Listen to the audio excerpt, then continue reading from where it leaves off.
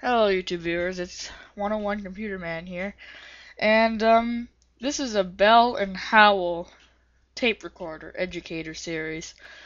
I got this from my school when they were cleaning out their gyms. Obviously, I was helping them clean it out, and they asked me if I wanted this tape recorder, and I said sure, because if not, they were just gonna get rid of it.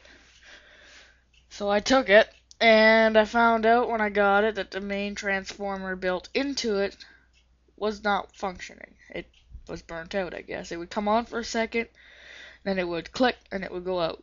So that's it for that one. It's still in there. I just cut the cord off. I can always put a new cord on if I figure out what's wrong with it. Anyway, I bought this little Recticon multi-adapter. Bought it from somewhere for 10 bucks. I can't remember where.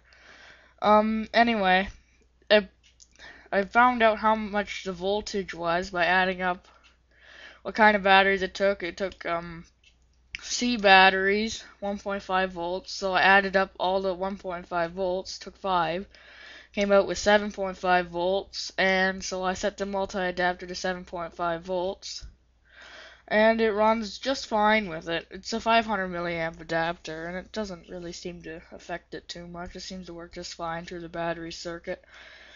I made it so it would still run through the battery circuit even if I had well, you have to have the adapter not plugged into it. Because if you do, you might blow up the batteries, and that wouldn't be very nice. So anyway, I'll do a short little test of my MP3 player here through the line in, the auxiliary in, and then I'll go to the tape. So yeah, it sounds pretty good like this. And I can't go for very long. But yeah, sounds pretty good. It does go louder than that. I got a headset over here right up against it, so it'll hear every little thing I do to it. Yeah, it's got a tone control, a volume control, PA for the auxiliary in, so you don't have to have the tape on, and ALC, auto leveling control. It's got a condenser mic, which is a very good mic. I'll make another video on this thing showing the recording and all that. It's got a counter. I gotta replace the belts for the counter, or the belt for the counter, because it's not functioning. It's not turning.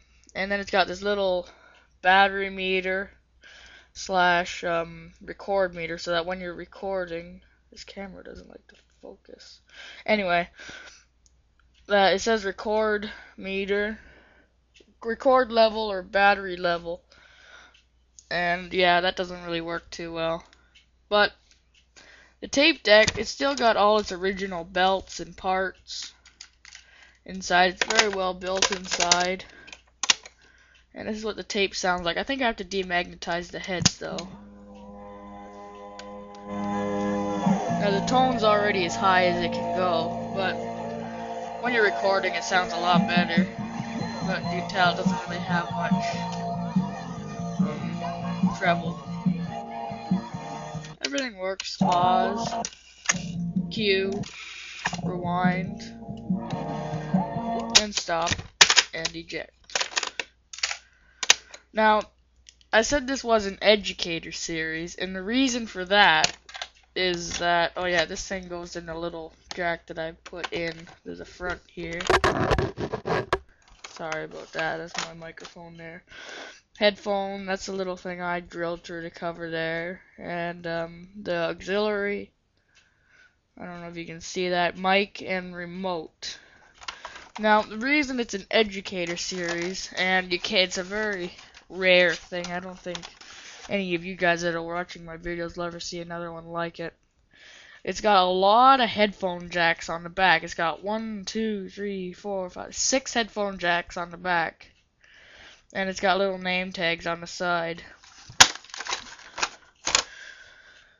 On the bottom it says Bell & Howell CSA model 3091C, AC 120 volts, 60 hertz, 5 watts, 75 DC, 7.5 volts DC.